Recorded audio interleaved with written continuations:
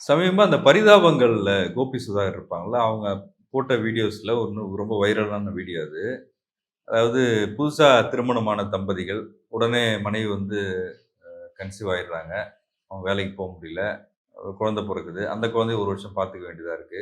அந்த குழந்தை கொஞ்சம் நடக்க ஆரம்பிச்ச உடனே அடுத்த குழந்தை வந்துருது.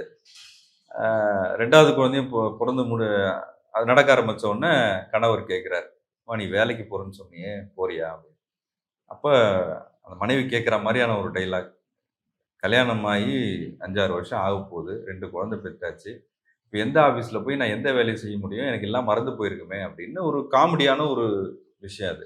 அப்ப திருமணமான பெண்கள் வந்து இன்னுமே கூட குழந்தை பெத்துக்கணும். முதல் குழந்தை, 2வது குழந்தை. அதுதான் பிரதானமான வேலையா பார்த்துட்டு, அதன் பிறகு வேலை தேடுறதுன்றது வந்து ரொம்ப சிரமமான ஒரு சூழ்நிலை இன்னைக்கும் இருக்கிறாங்க. அப்படி வீட்டிலேயே ஹவுஸ் ஒய்ஃப்ன்னு சொல்றோம் இல்லையா? நம்ம குடும்ப தலைவிகள் வந்து லைஃப்ல வந்து நம்ம வேலைக்கு போனா தானே ஜெயிச்ச மாரி இருக்கும். வீட்ல இருக்கிறது ஒரு ஒரு வாழ்க்கையில நம்ம தோல்வி அடைஞ்சுட்டோமோ! அப்டின்ற எண்ணத்த உங்களுக்கு ஏற்படுத்துது. அத எப்படி பார்க்குறீங்க? ஒரு அவங்கவங்க வாழ்க்கைக்கு வேற வேற சூழ்நிலைகள் அமையும். அவங்களுக்கு ஏற்படுற சூழ்நிலைகள் பொறுத்து தான் அந்த ஓடுற ஓட்டத்துல என்ன கிடைக்குதோ, அத வச்சு தான் நம்ம சில முடிவுகள் பண்றோமே தவிர, யாருமே இத தான் நான் பண்ண போறேன்னு நிர்ணயிச்செல்லாம் பெருசா ஒண்ணும் செய்றது எதார்த்த வாழ்க்கைக்கு பொருந்தாது. இப்போ இந்த கடந்த ஒரு 60 வருஷமா பெண்கள் வேலைக்கு போறாங்கல்ல. முதல்ல பெண்கள் எப்படி வேலைக்கு போனாங்கன்னா, எனக்கு சம்பாரிச்சு குடுக்கறதுக்கு ஒரு ஆண் இல்ல. அவன் போர்ல போய் செத்து போயிட்டான். ஊருக்கு போயிட்டு அவனுக்கு ஏதோ ஊனம் ஆயிடுச்சு. அவரால வேலைக்கு போக முடியாது. நான் அந்த குடும்பத்துக்கு ஆண் ஸ்தானத்துக்கு நான் போறேன். ஆண் முன்ன செய்துட்டு இருந்த வேலைய நான் இனிமே போய் கத்துக்கிறேன் அப்படின்னு பெண்கள் வந்து ஆணோட உலகத்துக்கு போயி, அங்க பயிற்சி பெற்று ஆணோட வேலைய எடுத்து செய்தது தான் முதல்ல ஏற்பட்ட அந்த பெண்களுக்கு வேலை கிடைச்சது. வேர்ல்டு வார் 2, வேர்ல்டு வார் 1க்கு அப்புறம் தான் பெண்கள் அதிகமான எண்ணிக்கையில வேலைக்கு போனாங்க. அதுக்கு முன்னாடி பெண்கள் விவசாயம் பண்ணுவாங்க. மீனவ பெண் மீன் வைப்பாங்க. பானை செய்ற பெண் பானை வைப்பாங்க. அதெல்லாம் செய்தாங்க. ஆக்சுவலி வெளியில வேலைக்கு போறதுன்றது இந்த வார் டைமிங்ல தான் நம்ம செய்ய ஆரம்பிச்சோம். அதுக்கப்புறம் தான் நான் அவங்களுக்கு ஓகே இதுல சம்பளம்லாம் குடுக்குறாங்க. அப்ப நல்லா செய்யலாம் போல இருக்கே அப்படின்னு சொல்லி பெண்கள் இன்னும் அதிகமா செய்து அடுத்தடுத்த தலைமுறையை ஊக்குவிச்சு இந்த லெவலுக்கு நம்ம இப்போ வந்திருக்கோம். இல்ல பட் உலக மகளிர் தினமே அப்படித்தானே அப்படிதான் வருது உருவாச்சு. உருவாச்சு. ஆனா அதுல நாம சில விஷயங்கள இழக்கவும் செய்தோம். என்ன இழந்திருக்கோம்? இப்ப இத்தன 100 வருஷங்களா நம்ம இந்த போராட்டங்கள் செய்து, புரட்சிகள் செய்து, இப்ப நம்ம என்ன பார்க்குறோம்னா, நம்ம குழந்தைகள நம்ம இழக்கிறோம். நெறைய பெற்றோர் ஆரம்ப காலத்துல அந்த கிரிட்டிக்கல் பீரியடுன்னு சொல்லுவோம். அந்த குழந்தைக்கு 3 வயசு ஆற வரைக்கும் தான் கிரிட்டிக்கல் பீரியட். அந்த 3 வயசுக்குள்ள அம்மாவும், குழந்தையும் பேசி, பாட்டு பாடி, சிரிச்சு, ஒருத்தர் மூஞ்சி ஒருத்தர் பார்த்து, ஐ கான்டாக்ட் மெயின்டெயின் பண்ணி, லாங்குவேஜ் ஸ்கில்ஸ டெவலப் பண்ணி, மொழியில இத்தன விதங்கள் இருக்கு, ஏற்ற இறக்கங்கள் இருக்கு. இப்படி பேசணும், இப்படி சொன்னா அதுக்கு என்ன அர்த்தம்? நம்ம வெளியில ஒரு வார்த்தை சொல்லி, உள்ள இன்னொரு அர்த்தம் வச்சு கூட பேச முடியும். அப்படின்றது எல்லாமே இந்த தாயும், சேயும் உறவாடும்போது கத்துக்கிற வார்த்தையில இருக்கிற நுணுக்கங்கள். இந்த நுணுக்கங்களை குழந்தைகள் கத்துக்கிட்டா தான் அவங்க இயல்பு வாழ்க்கைக்குள்ள வர முடியுது. இந்த நுணுக்கங்களை குழந்தைகள் கத்துக்கலன்னா, அவங்க ஆட்டிஸ்டிக் ஸ்பெக்ட்ரம்குள்ள போயிடுறாங்க. ஆட்டிசம்ன்றது ஒரு ரொம்ப பரவலான ஒரு நோய். அந்த நோயில என்ன நடக்குதுன்னா, அந்த மனித தன்மை இருக்குல்ல, இவங்க இத தான் சொல்ல வராங்க. அவங்க மனசுக்குள்ள இதான் நினைக்கிறாங்கன்றதை இந்த குழந்தைங்களால கணிக்க முடியல. கணிக்க முடியாததுனால சோஷியலி அவங்க அவேரா இல்லாம டப்பு டப்புன்னு ஏதாவது போய் சொல்லிடுறது, எதெல்லாம் வம்புல போய் மாட்டிக்கிறதுன்ற மாரி பிரச்சனைகள் அதிகமா இருக்கு.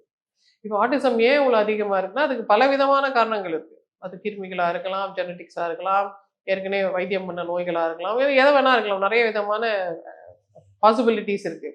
ஆனா ரொம்ப ஸ்ட்ராங் பாசிபிலிட்டி என்னன்னா, அந்த தாய்க்கும் சேய்க்குமான உறவு. அதுல பெருசா விரிசல் வந்துருச்சுன்னா, அந்த குழந்தைங்களுக்கு கிடைக்க வேண்டிய அந்த கவனிப்பு அந்த குறிப்பிட்ட வயசுக்குள்ள கிடைக்கலன்னா, எதிர்காலத்துல எப்ப அந்த கவனிப்ப திரும்ப குடுத்தாலும், அந்த குழந்தையோட பிரெயினால அத கேட்ச் அப் பண்ணிக்க முடியல. அப்போ இது நடக்கக்கூடாதுன்னா, அப்ப பெண்களோட முக்கியமான வேலை, அவங்க வீட்ல இருந்து குழந்தைகள பெக்கறது, இந்த சமுதாயத்துக்கு அவங்க செய்ற பெரிய தொண்டு. அந்த குழந்தைகள் அவங்களோட குழந்தைகள், இந்த சமுதாயத்தோட பிரஜைகள். அப்ப இந்த பெண் தன்னோட வேலையை, தன்னோட இஷ்டத்தை, தனக்கு பிடித்த விஷயங்கள விட்டு குடுத்து, வீட்ல இருந்து குழந்தைகள வளர்க்குறாங்கன்னா, அது ஒரு விதமான சமூக சேவை தான். அத நம்ம மரியாதையோட தான் நடத்தணுமே தவிர, "பாத்தியா நீ வேலைக்கு போல, பாத்தியா நீ சம்பாதிக்கல, பாத்தியா உனக்கு ஒண்ணுமே தெரியலன்னு" அந்த பெண்கிட்ட போய் சொல்றது, ஒரு ரொம்ப முக்கியமான ஒரு பணியை செய்தவங்கள இழிவுபடுத்தினதா அர்த்தம். இனி வர காலத்துல இப்போ உலகம் ஃபுல்லா எல்லா இடத்துலயும் பெண்கள் வந்து வேலைக்கு போறது, சம்பாதிக்கிறது, பெரிய வீடு வாங்குறது, பெரிய கார் வாங்குறது, வீட்ல ஸ்விம்மிங் பூல் வச்சுக்கிறது, பெரிய பெரிய வசதி வாய்ப்ப குழந்தைகள் குடுக்கறதுன்னு சொல்லி, அவங்க இந்த தாய்மையே கொஞ்சம் கொஞ்சமா தொலைச்சுட்டு வராங்க. பொலிட்டிக்கலி ஆமா ஆணும் பெண்ணும் சமம். பெண்கள் அவங்களுக்கு புடிச்சத செய்யணுன்றது it's a very politically correct statement. ஆனா actually psychologically it's a very irresponsible statement. இத்தனை பிரச்சனைகள் ஓடிட்டு இருக்கு இந்த உலகத்துல நமக்கு தெரியும். என்னென்ன பிரச்சனை சரி இப்போ ஓடிட்டு ஒரு இருக்கு? பெண்ணோட ரோல ஆண் எடுத்து செய்ய முடியாதா? முடிஞ்ச வரைக்கும் செய்யலாம். பட் அவர் இயல்பிலேயே அப்ப அவர் பெண் ஆகணும். அவங்க உடலால், மனதால், ஹார்மோன்ஸால் அவர் பெண் ஆகணும். அப்படி ஆக முடியாதே. அந்த ரோல் அவர் எடுத்து எப்படி ஆணோட ரோல பெண் எடுத்து செய்றாங்களோ, அது மாரி பெண்ணோட ரோல ஆண் கத்துக்கிட்டு செய்யலாம். பட் இயல்பிலேயே ஊர்ற ரசாயனங்கள அவர் எப்படி கொண்டு வர முடியும்? அவரால எப்பவுமே கொண்டு வர முடியாதுன்றதுனால, பெண்ணோட ரோல் ரொம்ப ரொம்ப ஸ்பெஷல். அதனால தான் எந்த ஊர்லயும் ஒரு ஆண் ஒரு குழந்தைய வச்சுட்டு இருக்க மாரி கடவுளர் உருவம் இல்லை. ஆனா எல்லா ஊர்லயும் பெண் வந்து குழந்தைய வச்சுட்டு இருக்கிறது ஒரு கடவுள் உருவம். எந்த ஊருக்கு போனாலும் ஒரு அம்மா குழந்தைய வச்சுட்டு இருக்காங்க. அது ஈஜிப்ஷியனா இருக்கட்டும், இல்ல ஜெருசலத்துல இருக்கட்டும், தமிழ்நாட்டுல இருக்கட்டும், எங்க போனாலும் தாயும் சேயும் தான் தெய்வ வழிபாடுகள்ல முதன்மையான சின்னம் இல்ல. ஏன்னா அது அவ்வளவு உன்னதமானது. நம்ம போன தடவை கூட பேசும்போது நீங்க சொன்னீங்க, பேறுகாலத்துல கூட அவங்க பணிக்கு போலாம், வேலைக்கு போலாம். அதெல்லாம் ஒண்ணும் பிரச்சனை இல்ல. குழந்தைய பாத்துக்கிறதுக்கு ஆள் இருந்தா அவங்க போலாம் அப்படின்ற அதுல ஒண்ணும் சிரமங்கள் இல்லைன்னு நீங்க சொல்றீங்க. ஆனா குழந்தையோட பேறுகாலம் வரைக்கும் சிரமம் இல்லை. பிரெக்னன்சி ஒரு பிரச்சனை இல்ல. பெரும்பாலான டைம்ஸ்ல பிரெக்னன்சி ஈஸியா தான் இருக்கு, சேஃபா தான் இருக்கு. அந்த வயசுக்குள்ள அந்த பெண் குழந்தை பெத்துக்கிறாங்கன்னா, இதுக்காக ரொம்ப மெனக்கெடலாம் வேண்டாம். இயல்பு வாழ்க்கையே அவங்க நடத்தலாம். ஆனா குழந்தை பிறந்த பிறகு அந்த குழந்தை தான் பிரையாரிட்டி. குழந்தையா என் வேலையான்ற கேள்வியே ஒரு பெண்ணுக்கு வரக்கூடாது. அவன் என் குழந்தை தான். அதுக்காக என்ன கவர்மெண்ட் பார்த்துக்கிட்டோம். வேற யாராவது எனக்கு வேலையில வேற மாரி டைப்ல குடுங்க. நான் ஆன்லைன்ல பண்ணிக்கிறேன். என் வேலைய எனக்கு ஏத்த மாரி நான் மாத்திக்கிறேன். ஆண் உலகத்துல நான் ஏன் போய் பொருந்தணும்? பெண் உலகத்து ஒரு தாயோட உலகத்துக்கு இந்த வேலைய பொருத்தி குடுங்கன்னு கேட்கறது தானே பெண்களோட ஆக்சுவல் தேவையா இருக்கணும். அந்த கேள்வி அப்படிதானே வரணும். அப்படிலாம் இல்லாம நீ குழந்தை பெத்தா கூட ஆம்பளை உலகத்த வந்து ஆம்பளை மாரியே வேலை செய்யுன்னு சொன்னா, அது என்ன அநியாயம்? சரி இந்த பொம்பளை வேலைய ஆம்பளைங்க செய்துருவாங்களா? செய்ய மாட்டாங்கல்ல. அப்ப இவங்களுக்காக தானே உலகத்த மாத்தி அமைக்கணும். இவங்க ஏன் போய் உலகத்துக்காக மாறி மாறி ஓடிட்டு இருக்கணும்? இல்ல அப்ப இயற்கையிலேயே பெண்களுக்கு ஒரு பின்னடைவு இருக்கா? அது பின்னடைவு இல்ல சார். ஆ. அவங்களோட பிரதான வேலையே அதுதான். அதோட சேர்த்து கொசுரா இன்னொரு வேலையை அவங்க செய்றாங்க. அந்த கொசுரை எவ்வளவு நாள் நீங்க முக்கியத்துவம் கொடுப்பீங்க? கொசுறு தான் சார். கடைசி வரைக்கும் அது கொசுறு தான். அவங்க பிரதான வேலை பிள்ளை வளர்ப்பு தான். அதை தவிர இதையும் என்னால செய்ய முடியுங்கன்னு பெண்கள் இப்ப சொல்றோம். இது வந்து ஒரு பிற்போக்குத்தனமான சிந்தனையா மாறிடும். இப்ப நீங்க சொல்றது. ஆமா, அந்த டேஞ்சர் அதுல இருக்கு. ஆ. எப்பவுமே வந்து நம்ம சயின்டிபிக்கா சிலது குழந்தை பெக்கிற மிஷினா பெண்கள் அப்படின்னு பெரியார் கேட்டார்ல. ஆமா.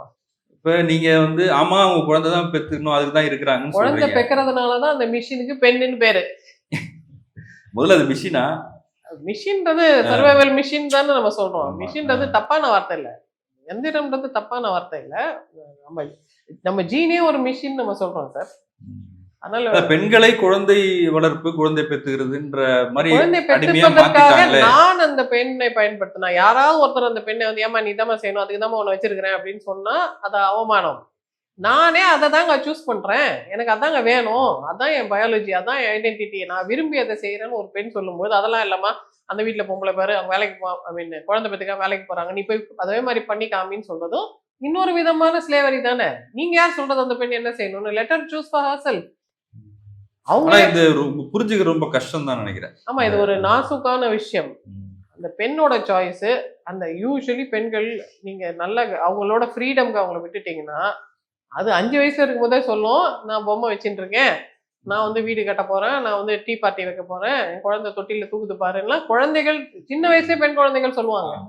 அந்த மெட்டர்னல் இன்ஸ்டிங்க்ட் அப்பவே அவங்களுக்கு இருக்கு. குட்டி வயசுலயே அவங்க புடவை கட்டிக்கிறது அந்த மாதிரியான அம்மா விஷயம். ரோல் எல்லாம் பிளே பண்ணுவாங்க, டீச்சர் விளையாட்டு விளையாடுறது எல்லாம் அவங்க பண்ணுவாங்க. டாக்டர் நர்ஸ் விளையாட்டு விளையாடுறது எல்லாம் பெண்கள் செய்யறது எப்படின்னா, அந்த மெட்டர்னல் இன்ஸ்டிங் திரும்ப திரும்ப அவங்களுக்கு அவேக்கன் ஆகுது. ஆனா நம்ம இப்ப என்ன சொல்றோம்னா, நீ வந்து பெண்ணா இருக்கணும்னு அவசியம் இல்லை, அந்த ஆண் தொட்டு ஒன்று செய்யறான்ல அதுதான் உனக்கான இலக்கு, அதை போய் அடைன்னு நம்ம சொல்றோம். அதை ஏங்க நான் போய் அடையணும்? எனக்கு பெண்ணுக்கான தனி இலக்கு இருக்கு, அதை நான் அடையிறேன். அதனால நான் வெறும் வீட்டோட முடங்கி கிடக்கணும்னு இல்லை. என்னால் இதையும் செய்துட்டு அதையும் செய்ய முடியும்னா நான் முயற்சி பண்ணிக்கிறேன். அது ஏன் இஷ்டம்னு பெண்கள் சொல்லலாம். இன்னொன்னு அதை விட இது ரொம்ப கஷ்டம் அப்படின்னு சொல்லலாமா? தாய்மைதான் மிக சிரமமானது. நீங்க எல்லா வேலைக்கு போற பெண்களும் கேட்டு பாருங்களேன். என்ன வேலைக்கு வேணா அனுப்பிடுங்க, வீட்டுல இருக்க சொல்லாதீங்க, இந்த பசங்களை வச்சு மேய்க்கிறது ரொம்ப கஷ்டமா இருக்கு. அங்க ரொம்ப ஈஸி. எனக்கு என் பேச்சு எல்லாரும் கேட்பாங்க, இதுங்க சொன்ன பேச்சே கேட்க மாட்டேங்குதுன்னு அம்மாக்கள் சொல்லுவாங்க. இதுல சில பெண்கள் சொல்லி நான் கேள்விப்பட்டிருக்கேன். இப்ப வேலை கஷ்டமா இருக்குன்னா விட்டுறலாமே அப்படின்னா, ஐயோ வேலைதான் முக்கியம், அங்கதான் நாங்க சந்தோஷமா இருக்கோம் அப்படின்னு சொல்றது கூட அது உண்டு. அவங்க இளைப்பாடுற இடமா கூட வேலை இருக்கு. ஆனா தாய்மைன்றது ரொம்ப டஃப்பான ஜாப் சார். ஆனா அதுக்கான ரிவார்ட்ஸே கொடுக்கலையே நம்ம. ஒரு அதாவது ஒரு ஒரு அம்மா வேலையை பார்க்கல யாரும். ஒரு அம்மாவா இருக்குதுன்றது ரொம்ப கஷ்டமான கடினமான வேலை. அந்த வேலையை செய்யறது ஒரு பெண்ணுக்கு ஒரு பெரிய பக்குவம் இருக்கணும். அந்த பக்குவம் இந்த இல்ல பெண்ணுக்கு இன்னொன்னு அந்த பெண்களே இப்ப சீனியர் பெண்களே சொல்லுவாங்கல்ல, அது ஒரு வேலையா நாங்கெல்லாம் பார்க்கலையா? அவங்க எத்தனை ஒழுங்கா பிள்ளை பார்க்கல. பெத்தோம். அதனால அவங்க அதை பத்தி புரிஞ்சுக்காம பேசுறாங்க. அந்த காலத்துல நீங்க பாருங்க, எத்தனை குழந்தைங்க மரத்துல இருந்து விழுந்திருக்கும், எத்தனை குழந்தை மூழ்கி இருக்கு, நிறைய ஆக்சிடென்ட்ஸ் நடந்திருக்கும். கை நசுங்குது, ஈடு போடுறது, எல்லா வேலையும் பண்ணியிருப்பாங்க. ஏன்னா அவங்களுக்கு ஒழுங்கா பார்த்துக்க தெரியாது. அவங்க பெத்து போட்டிருப்பாங்களே தவிர அவங்களுக்கு தெரிஞ்ச விதத்துல அவங்க கவனிச்சிருப்பாங்க. ஆனா இன்னைக்கு அப்படி இல்லை. இன்னைக்கு ரொம்ப ரொம்ப டேஞ்சரஸ். முன்னெல்லாம் வந்து அப்படியும் கூட இப்ப ஓவர் பேரண்டிங் பண்றதும் தப்பு தானே. இல்ல, இப்ப நம்ம பேசுறது வந்து பெண்ணோட சாய்ஸஸ் பத்தி. ஒரு பெண் வந்து நான் வேலைக்கு போக விரும்பல, நான் ஸ்டே அட் ஹோம் மாமா இருப்பேன், அதுதான் எனக்கு பிடிச்சிருக்குன்னு சொன்னா அந்த பெண்ணை எதுக்கு நம்ம சிறுமைப்படுத்தக்கூடாது? அதுவே மகத்தான பணி. அவங்க சொசைட்டிக்கு ஆற்றுற ஒரு பெரிய தொண்டு. அந்த தொண்டுக்காக நம்ம அவங்கள வாழ்த்தி வணங்கணுமே தவிர, அவ பாருமா இவ்வளவு சம்பாதிக்கிறா, நீ வேலைக்கே போகலையேன்னு சொல்றது அந்த பெண்ணை தேவையில்லாம கஷ்டப்படுத்துறது. திரும்ப திரும்ப ஒரு ஆண் உலகத்துல போய் ஒரு பெண்ணை நிர்பந்திக்கணும், நான் நீ போய் உன்னையே நிரூபிச்சுக்காமி நம்ம நிர்பந்திக்கிறது தப்பு தானே. நீங்க ஒரு டாக்டரா இருக்கீங்க. டாக்டர் இவ்வளவு விஷயங்கள் பேசுறாங்க, பொதுவெளியில வந்து பேசுறாங்க, அரசியல் கருத்துக்கள்லாம் பேசுறாங்க. அவங்க அப்படி இருக்கிறாங்க. ஆனா மற்ற பெண்கள்லாம் வந்து குழந்தை வளர்க்கறது, குழந்தை பாத்துக்கிறது சரின்னு சொல்றாங்க. இது எப்படிங்க நியாயம்னு நான் கேட்பாங்க. ரெண்டுமே தானே செய்யறேன். நான் இது மட்டுமா பேசுறேன்? நீங்க இதை தான் பாக்குறீங்க. ஆக்சுவலி நான் as a mother, I am full time mother. இல்ல இல்ல அப்படி எல்லா பெண்களும் இருந்தா என்ன? அவங்களால முடிஞ்சா செய்யட்டும் சார். எல்லாரும் இமயமலைக்கு போறாங்களா? இல்ல இல்ல, சில பேர் தானே போறாங்க. சில பேரால முடியுது, அவங்க செய்யறாங்க. அதை நீங்க என்ன கூட நீங்க செலிப்ரேட்லாம் பண்ணாதீங்க. சில பேரால அது சிலது முடியுது. எல்லாரும் அதே தான் செய்து காட்டணும்னு ஒன்றும் அவசியம் இல்லை. அவங்க அந்த வேலையை செய்யறாங்க, வீட்டுல இருக்கிறாங்கிறதுக்காக அதை சிறுமைப்படுத்த வேண்டாம். சிறுமைப்படுத்தக்கூடாது. அதுதான் முக்கியமான ஆமா. கருத்து இதுல. இப்ப என்ன இது பேராசை? பத்தியா, இதையும் செய்துட்டு அதையும் செய்துட்டு அதையும் செய்யணும்னா ஒரே ஆளை எத்தனை வேலை வாங்குவீங்க நீங்க? நான் கூட இதெல்லாம் செய்யறேன்னா எனக்கு நிறைய பெண்கள் உதவி செய்யறாங்க.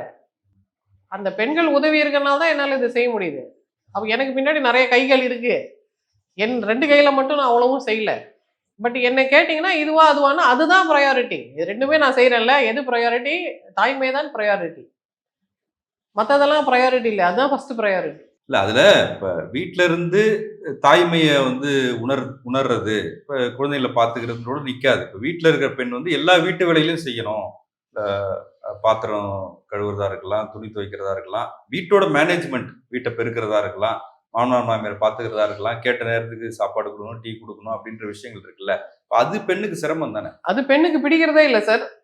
என் வீட்டுல நான் ராணியா இருப்பேன், உங்க வீட்டுல நான் வந்து சேவகியா இருக்க மாட்டேன்னு தான் பெண்கள் சொல்றாங்க. ஆனா இந்த திருமணம்ன்ற அமைப்பு இருந்தே ஆகணும்ன்றாங்க. திருமணம்ன்ற அமைப்பு பெண்களை எக்ஸ்ப்ளாய்ட் பண்ணுது. நீ தாய்மை மட்டும் இல்லம்மா, நீ தான் லாண்ட்ரி, நீ தான் ஹவுஸ் கீப்பிங், நீ தான் குக்கு, நீ தான் செக்ரட்டரி, நீ தான் நர்ஸ், நீ தான் நைட் டியூட்டி நர்ஸ், நீ தான் டே டியூட்டி நர்ஸ், எல்லா வேலையும் நாங்களும் அப்படிதான் இருந்தோம். அந்த பெண்ணுக்கு சம்பளமும் கொடுக்கறது இல்ல, மரியாதையும் கொடுக்கறது இல்ல, பாராட்டுதலும் இல்ல. இதுதான் பெண்களுக்கு போகும். நான் இவ்வளவு செய்யறேனே, என்னைக்காவது ஒரு நாள் நான் டீ குடிச்சேன்னா நீங்க கேட்டீங்களா? நீ உட்காரமா நான் டீ போட்டு கொடுக்குறேன்னு நீங்க சொன்னீங்களா? நான் என்ன உங்க வீட்டுக்கு சம்பளம் இல்லாத வேலைக்காரியான்னு பெண்கள் கோச்சிக்கிறாங்க. உண்மையிலேயே சம்பளம் இல்லாத வேலைக்காரி மாதிரி தான் நடத்துறாங்க அவங்க. அப்ப மற்ற நாடுகள் என்ன சொல்றாங்க? பெண்கள் வீட்டுல செய்யற வேலைக்கும் அவங்களுக்கு சம்பளம் கொடுக்கணும், அது ஆணோட கடமை, அந்த வீட்டு தலைவனோட கடமை, அந்த பெண்ணுக்கு சம்பளம் கொடுக்கணும்னு சொல்றாங்க. அது நல்லாதான் இருக்கு. அப்ப நீங்க வந்து உண்மையாவே வேலைக்காரி ஆக்கிடுற மாதிரி இல்ல. அப்படி இல்ல, அந்த பெண்ணோட வேலைக்கு ஒரு மரியாதை இருக்குல்ல. அந்த மரியாதை இருக்கும்போது அந்த பெண்ணுக்கு இவ்வளவு வேலையும் செய்துட்டு கொஞ்சம் காசு கொடுங்களேன், நான் போய் வேலை பூ வாங்குறேன்னு சொன்னா அந்த பெண்ணுக்கு எவ்வளவு கஷ்டமா இருக்கும். இவ்வளவும் நான் தான் செய்யறேன், அதுக்கு எந்த விதமான மரியாதையும் கிடையாது, ஆனாலும் எனக்கு எந்த அதிகாரமும் இல்லாம வச்சிருக்கிறீங்களே தானே பெண்கள் கோச்சிக்கிறாங்க. நிறைய வீட்டுல பெண்களை என்ன தெரியுமா சொல்றாங்க? இவ்வளவு வேலை செய்துட்டு அந்த பெண் எல்லாம் செய்திருப்பாங்க, அந்த ஆண் வந்து அதுக்கு ஒண்ணுமே தெரியாது அப்படின்னு சொல்லுவாங்களா? அந்த பெண்ணுக்கு அவ்வளவு இழிவா இருக்கு. இவ்வளவும் நான் செய்யறேன், என் கையில உட்காந்து நீ எல்லாத்தையும் சாப்பிட்டுட்டு எனக்கு எதுவும் தெரியாது நீ எப்படி சொல்லுவ? தெரியாம தான் இவ்வளவு செய்தேனான்னு பெண்கள் கோச்சிக்கிறாங்க. அந்த மரியாதை குறைவதான் பெண்கள் வெறுக்கிறாங்களே தவிர அதை செய்யறதுக்கு அவங்க சந்தோஷம் தான் பண்றாங்க. அதுக்கு உண்டான மரியாதை என்ன? அதுக்கு உண்டான ரிவார்டு என்ன? ரிவார்டே இல்லையே அதுக்கு. அதான் அவங்களுக்கு கோவம்.